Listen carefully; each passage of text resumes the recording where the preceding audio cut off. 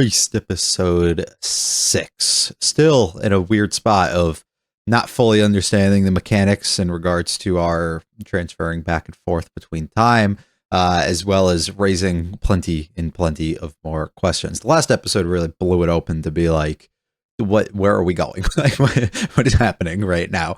But it posed a lot of different, I guess, intriguing options for us. I think it's very clear, at least, that we will probably go back due to some sort of stressful or traumatic or some sort of state shock that almost gets sent into Satoru here when he ends up seeing the house burning. Because I'm assuming he's going to run there and find that out, or he's going to see it on the news and hear about it or walk by it or something along those lines. And it's going to result directly in him being like destroyed mentally over it to the point it brings him back. And then we're going to try it again with a little bit new information that we gain in present day, as well as the idea that he might have somebody that has it out for him. Their reason for it, don't fully know, but he might, because they're just targeting those around him. It kind of seems like, which is just interesting. So I'd be curious to learn plenty of more here. Also, thanks to the one of you who pointed it out in the comments last time, I was a little confused as to why he was acting the way he was and didn't want to immediately go to the police or something, as if he just assumed that they would kind of go after him and charge him with whatever was going on, or like not believe his side of the story, or just take him in and use him as like the suspect for what was all occurring. And to me, it didn't make any sense. And especially getting like Irie's sort of point of view for why she feels the way she did, I think it made sense there that they were trying to like almost draw some sort of parallel, but it didn't make any sense because he didn't actually go through that. But the more that I thought about it, and one of you bringing up the idea that you think that he did, it opened my world so much more to be like, he literally did with Yuki, right? He saw that in front of him, this person who he, to this day, didn't seem to believe was the one who actually did it, and still got locked up and nobody believed him and they accused him of something that he didn't do. So firsthand seeing that, and now, you know, in the future having this reactionary sort of thing that's occurring, I think makes enough sense. So I'm kind of okay with, I think, where he was going, and a little bit more cleared up there. But now we venture forward and see what happens. I'd be surprised if we actually don't go back this episode, because Irie's probably gone. So I assume that's going to happen at some point. I'd kind of hope it's a little earlier, but maybe they utilize it later as some sort of way to build and gain more information and end us there. But we'll see. Hopefully you enjoy. If you like it all, you can subscribe to me. Feel free to stick around for the discussion. Let me know comments. We're seriously going with the 6th episode of Erased.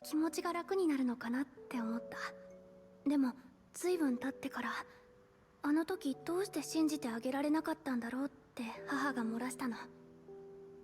その時、愛理は父も母も好きで居続けようって思った。人を信じることは愛理のいいところだって気づいたんだ。And look where it gotcha. The worst. Finds it right away. なんだこりゃ。さっき愛理ちゃんが中に。Your brother's supposed to be on the run too. He's gonna run into it.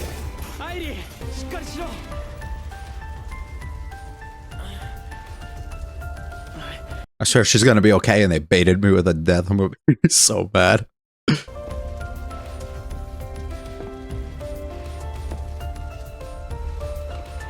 Give him the phone.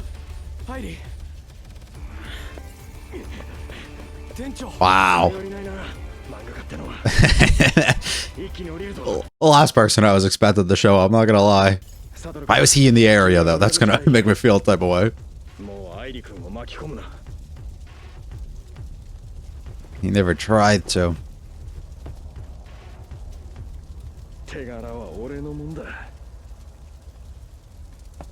It's better that way.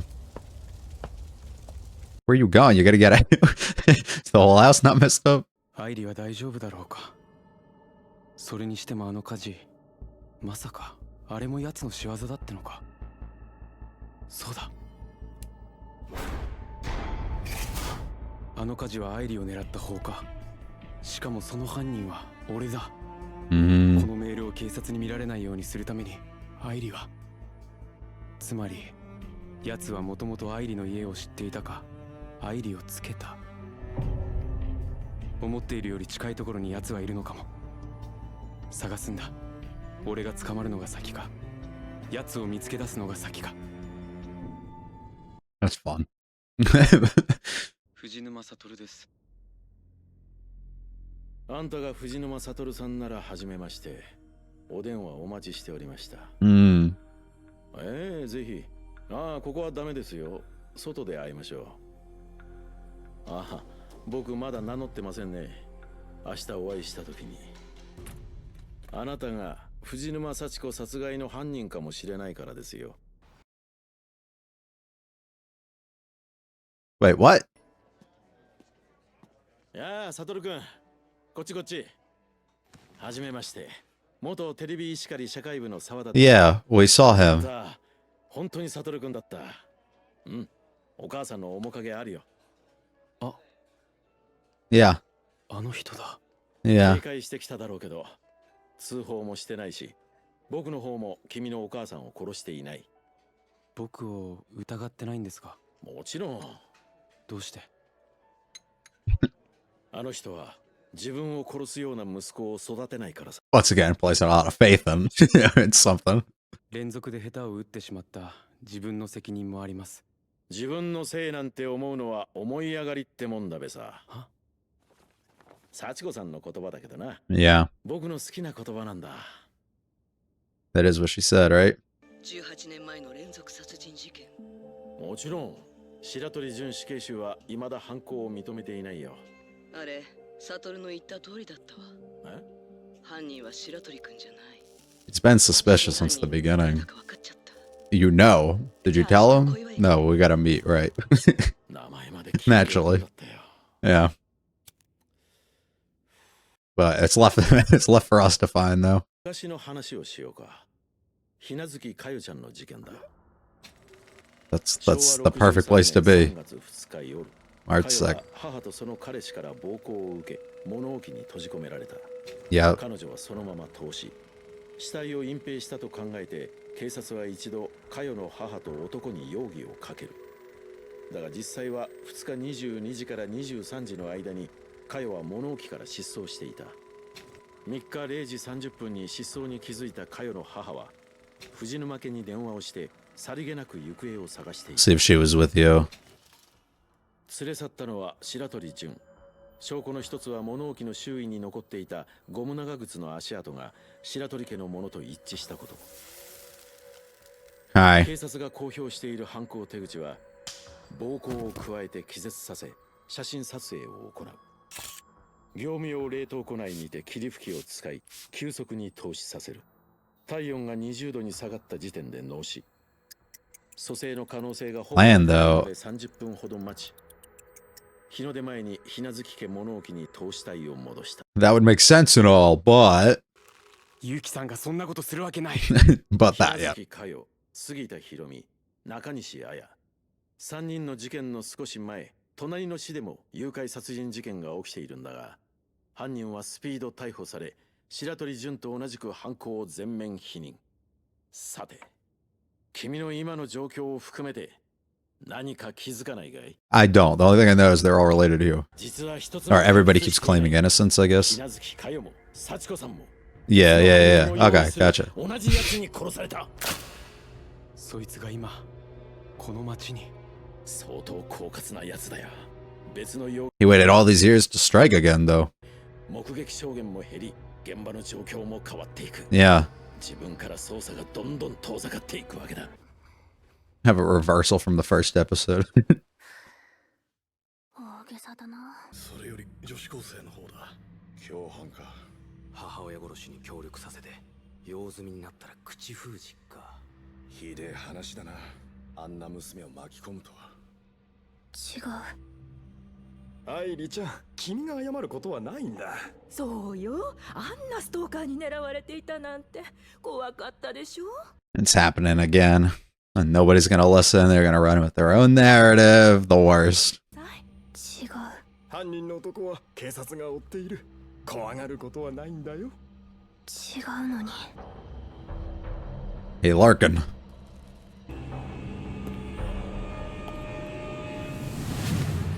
Just gonna be like a friendly conversation that he's having. Someone she recognizes. 君に放火の容疑をかぶせて捜査の促進を図った。Mm-hmm. それもあると思いますが、もうすでに僕は容疑者なんです。彼女 So it just throws even more on it. それだけが理由で狙ったとは思えない。これはひょっとすると犯人に手が届くかもしれないぞ。ちょっと病院へ行ってくれよ。 I like the positivity here, but I don't know if it's gonna be that easy. 事件のレポートがある。見てていいよ。 Find some patterns or 白鳥 something in 純 there. は自分の父親が犯人だと思っているのではないか。アリバイ、物証に関して父親に不利な面で黙秘し続けたことがより印象を悪くしたと考えられる。同級生が再三目撃している。 I have その not. 証言は黙殺されたが、こちらの証言は大きく参考にされた模様。あ、 Why? 容疑者リストだ。結城さん親子以外は知らない名前。しかもたった5人。警察の推測では、杉田博美は女児と間違われて殺害されたものとされている。Hmm. これにより、杉田博美と面識のない5名が最終的な容疑者リストに残った。ヒロミが殺された理由が分かった。犯人は男だと知っていて、自分を容疑者リストから外すためだけにあえてヒロミを殺したんだ。 Gotcha. 同市内の小学3年生女児が一人でいるところに声をかけた白鳥純が近隣住民の通報により逮捕された。杉田博美殺害時に撮影された写真が白鳥食品の倉庫から押収され、これにより白鳥純は小児性愛の傾向にあると結論付けられた。さらに実質からは小児性愛関連の書籍も押収されており、そんなもんなかった。すべて奴が自分から目をそらすために仕組んだ偽装だ。 Gotcha. They did show. 容疑者リスト。この中に奴の名前がある。 Feels like he's making way more progress than I assumed. ぶしつけですみません。片桐愛理さん。藤沼悟さんじゃないみたいね。あ、おう。はい。その友人の沢田と We're swapping. はじめまして、愛理の母です。 Okay, never mind. Now I'm confused. お母さんも殺してない。アイリを狙った放火もしてない。 Giving him a chance to. Okay, never mind. お母さんはなんて聞いてるか知らないけど、アイリは共犯者かもって思われてるよ。信じてもらえないの Seems like she's finally got someone on her side here, which is awesome to see. ろって考えたら。愛理、お母さんも追いかければよかったって今でも思ってるの。いってらっしゃい。大丈夫。 Give her the chance. Yeah, perfect. That's awesome. But it's scary. He's still lurking. Oh, brother. しまった。電源切るの忘れてた。 We're gonna hear some crazy shit here. よかった。電源入ってた。 It's not who I was thinking it was gonna 大丈夫 be. なのか。もうピンピンしてるよ。それよりさ、今から会える例の場所で。え？ダメだ、来んな。そんなことしたらアイリまで。大丈夫。絶対一人で行くから。 Yeah, I don't know about that. I don't know about that. You might be standing there alone, but somebody's gonna be lurking. 全然飛ばねえじゃん。おかしいな。なんでだろう。こうしてさ、揚力ってのをつけて Reminiscent of Yuki. になる？なるさ。 It's clean, though. That's clean. 川の方行ったぞ。ユキさんもこんな感じの思いしてたのかな。 Yeah, they all think that you're some sort of predator. It's taking her so long.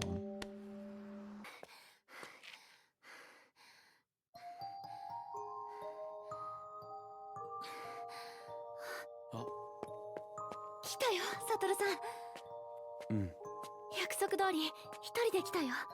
うん。警察の罠の可能性まで考えた自分が恥ずかしい。Hmm. 声に出てた。そのくらいじゃないとダメだよ。サトルさんは逃亡者なんだから。でも、アイリは信じてくれて嬉しいよ。うん。お店に西園って人が怪しいと思う。西園？ 2、3度見かけたよ。店長が先生 Yeah, they're framing him to be real weird. だから多分市会議員。そいつならシフト表も見られたはずだし、アイリたちの家分かってもおかしくない。挨拶したこともあるよ。西園リストにはなかったぞ。最後のピースがはまらねえ。サトルさん、気持ちはわかる。 Likely isn't the final though. There's things to build still to it. 私にやり残したことがあるんだ。あ、いや、俺が考えた漫画の話。Right, explain the premise. 間違えて子供を死なせてしまった死神の話だ。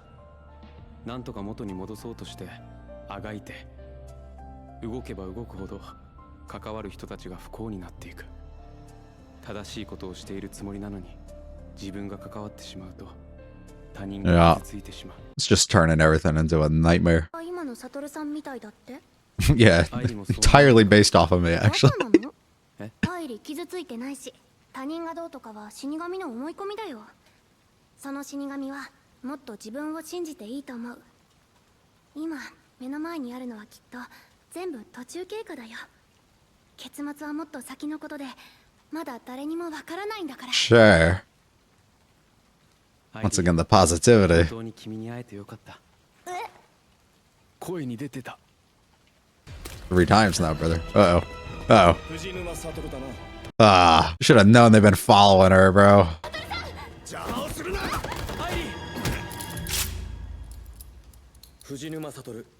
Oh, fuck, are we gonna get out of this?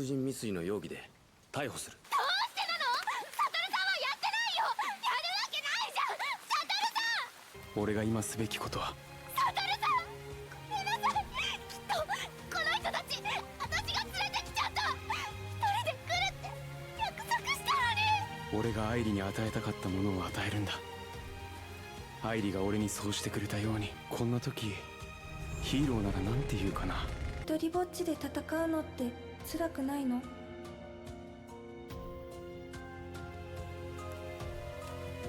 アイリ、違うよ。君が信じてくれたから俺はまだ頑張れる。ありがとうアイリ、君を信じてよかった。Look at her, say my cool dialogue.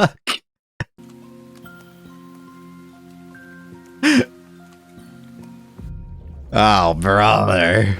Look at this big ass smile on your face.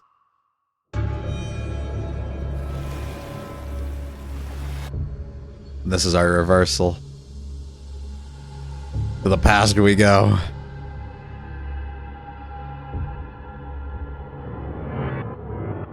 Yep.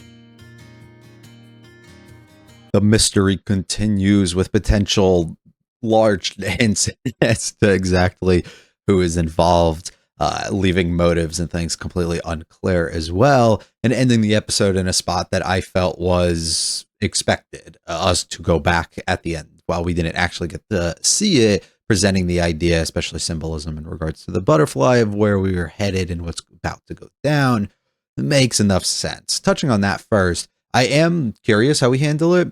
Are we going back to end of episode 1 time?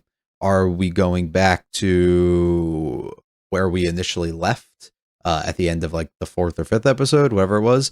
Are we going back to like the beginning of the first episode, like before the mother's death? Like, are we always going to go back to the root of it, or are we going back at different points?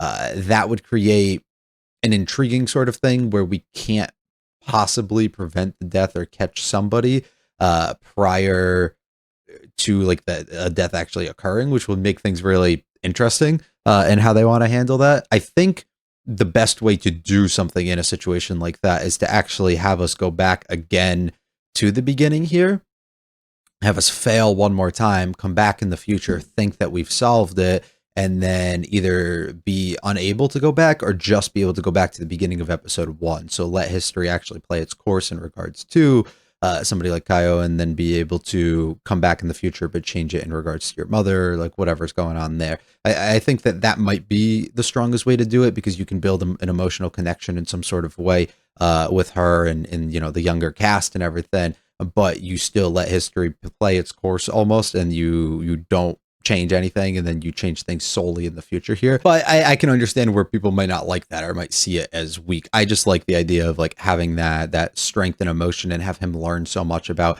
the situation, learn so much about himself, his connection in regards to all of them, and have him be so much more like grateful or appreciative for the position that he's actually in, and being able to almost have to like make a choice in a way of like accepting the fact that he can't save everybody. I think something like that personally hits me a little stronger than we went back and saved everybody. But I think that's the more likely way of usually writing a story. So we're going to have to just let it play out and see how they actually decide to approach that. Now, the other big thing, of course, is us trying to crack down continuously on who is the suspect, who is the person that is involved with this. The few notes, I guess, that I'll make prior to this episode, and I did in the intro, was it's somebody who is in relation to Satoru in some sort of way, has a closeness, understands maybe his life, the people around him's life, just has a connection to him in some way, and is now targeting those around him. The third one's the hard one to figure out, because why are we targeting those around you? Are we jealous of you in some sort of way? Do we have it out for you? Like, what exactly are we angry about or after? And I think based on some of the descriptions and things that we're led to believe, with understanding the cause of death for the kids before, some of the other tricks and plays and things that were actually occurring, I think the most logical person for us to pencil in right now is the teacher.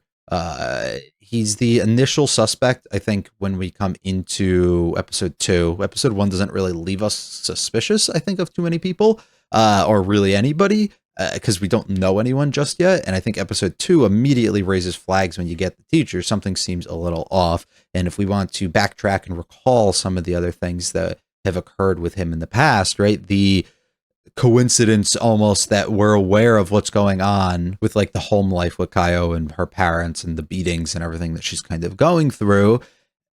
But somehow every single time somebody goes over there to like confront them or do something about it, magically they're just not home. Magically people just aren't in the position that they need to. You know, the lack of concern almost for it, the extensive like don't tell anybody else around you about what's going on, leading him to get a little bit closer to her, explaining, they say at the end that Satoru's own like version of the things that he like recalls and saw happen went entirely dismissed and nobody took it into account. Who would be able to be in control of that sort of information and that narrative to adjust it, right? A lot of this weirdness kind of surrounding him, the knowledge of a young boy who looks like a potential young girl and being able to lace that in as well. There's so many things, you know, that points directly to this person had that knowledge, had that understanding of all these things that were actively occurring. He seems to be the one that potentially is involved here. And like I said, we're going to pencil it in. We're not going to pen anything in until we know. But right now, that's where I'm leaning. And that leaves me a little, I guess, in the middle in regards to it, right? Sometimes it's not a bad thing to have a reveal feel expected, feel obvious almost from either the beginning or at this midway point. Sometimes it is a bad thing. Lack of suspense and a whole bunch of other things going on too. How we play out the rest of the story will largely kind of direct me. I think it can work really positively, and I'm not angry at where we are right now. Like I said, it remains to be seen. We have to wait and figure out how that goes. But I do think that the overall motives of not understanding why this guy would do this, what his reasonings were at all, is the driving force, I think, going forward. Not as much as like uncovering who did it. So if it is obvious in a sense that it is him, his reasonings for it are the really exciting things going forward. Because typically I feel like you would establish that early, right? So if we establish his reasonings potentially, and I don't think we really know enough about him, but if we did that right from the beginning here, a reveal at this point would leave me with like, what is there left to know? What is there left to care about? But we still have that on the table. So I'm excited enough to learn about that and let that progress a little bit more.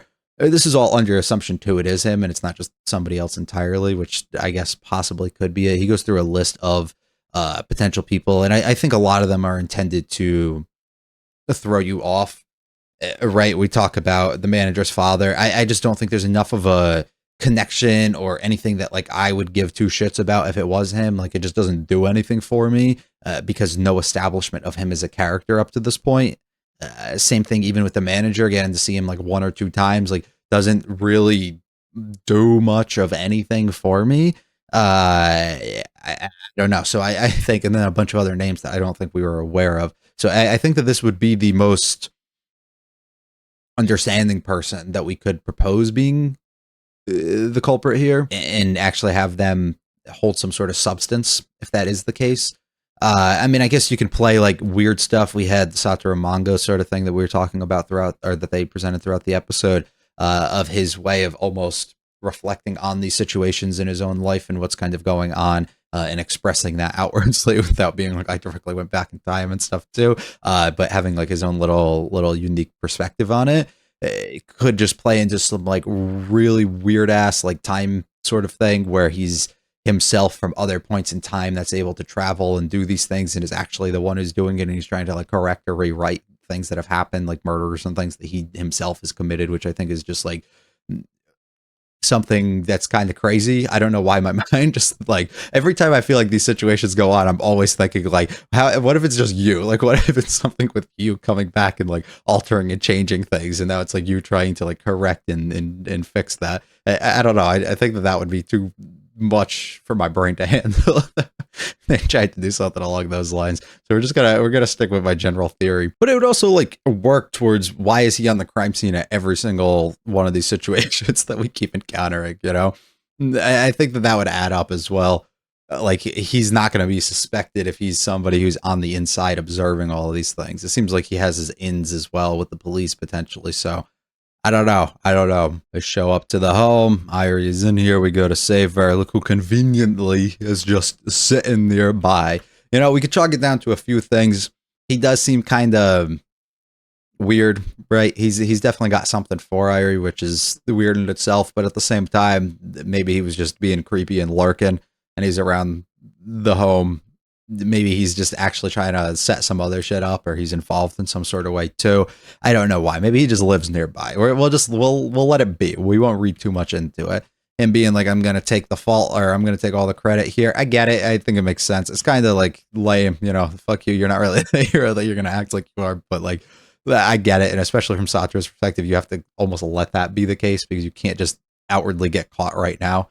Doesn't work narratively, and it doesn't also work in like a real sense of being able to like escape and stay out here by bringing her back. We slip the phone on in, and we set some stuff up, which I'd make things a little bit creepy in regards to this here. I don't think like we keep using the red eyes. I think is just ways to throw you off, as I've said before. And we find out this is somebody that we've met before, has relation to his mom, and we talk about the situation. The continuous reason of like, you're her son, or I don't believe you're that type of person to do that. It sucks as reasoning, but like people do believe that, so let that pass. Being very similar to her in a way, and dropping some lines and things that she usually would, I think is cool. And look who decided to just leave out some information from us. But it's nice to see that he's able to look into things a little bit more with us, and has been somebody who's explored this a little bit, and now provides new perspective on like a lot of the things that went down directly after or in the results of death with Kaya, which is cool. But I do think it points, like I said, to somebody who would have knowledge of a lot of this, right? Would have knowledge of somebody who may be kind of around or hanging around the kids and stuff, and having a way of noticing or potentially being able to frame them. With Yuki being that person, having knowledge of what's going down with Kaio and her situation. Same exact thing with the other kid that this ended up happening to. Everybody's connected to Satoru in a way. Every single person has somebody who immediately like had this all set up and almost being framed as well, to throw any sort of suspicion away from him. He just seems like he'd be able to strategically kind of move in that sort of way. And also just the lack of like not actually throwing any suspicion on him as a person up to this point adds up as well. Look at them chasing after the wrong person entirely. The hive mind, the people work it out a little bit more, reading into things, and then he gets his full-on suspect list of people. Let me see if I recognize any of the other names that were listed on here. This is fun too, being able to see this has like a significant moment almost. We find Irie, but look who swapped out, which I think is really cool, because it allows somebody who seems as though she goes misunderstood in a way, unlistened to, unheard of, or from, I guess, actually being able to be recognized, and having her mom like learn from potential mistakes, or or capitalizing on feelings and things that she may have regrets for, and putting that into like actually applying it now is really cool. And having her trust her daughter here instead of just going with the flow like everybody else always has for however long. I think that's awesome, giving her that chance to be able to escape and get on out of here. Actually listening to her. That's cool. And we decide we're gonna meet up, which is just dumb. I don't like Irie's like not like she's not aware at all that people might be like lurking or following her. It's easy for us, I guess, as the viewers to see because in every scene they show somebody doing it. But at the same time, it's like you're running out of the hospital. You don't think anybody was potentially paying attention. These people are like setting it up and taking people out close to Satoru. You don't think that they have like eyes on the scene here. I don't know. Applying things that he learned from Yuki here to help out the younger generation is fun. These women are just losers for even just starting to call them names and things without knowing anything. The general assumptions that ruin people's lives. So they did have Kenya on the list. Why? Why? I don't know. Huh. Yeah, I don't know. None of these names are jumping out to me as somebody I should know. Like none of the other ones. I don't know. People always getting hurt for me. And look who decides to get fully set on up here. Takes him out. He has his badass moment appreciation, which is fun. I like the way that they keep tying like little flashbacks to like drip feed us some information and the things that have happened that like would fill the holes in a little bit more that we haven't fully gotten presented to us. I think it's pretty cool. And this sequence is so sick. Being able to have him just lurking, immediately recognizing him, glasses and eyes, somebody that he's passed and has a history with here. Everything going gray and freezing in time was his fucking going into a panic and likely being sent to a different moment. It's a very cool moment, very cool episode overall. A little like detective-y, with us just having to listen to a lot of just rambling and inner thoughts that people are trying to untangle, which is fine and all. It's kind of what I do basically with sort of discussions anyways. So they's doing the same thing that I'm basically doing. And we might have some sort of answers or direction to start leaning a little bit more going forward, which is always a welcome sort of sign. So I'm excited to see where they decide to push us forward here. Hopefully you are as well. If you like it all, like and subscribe, feel free to check out the video in the channel and the comments of the series. I'll be back for episode 7 very soon. Have a great one though. Peace.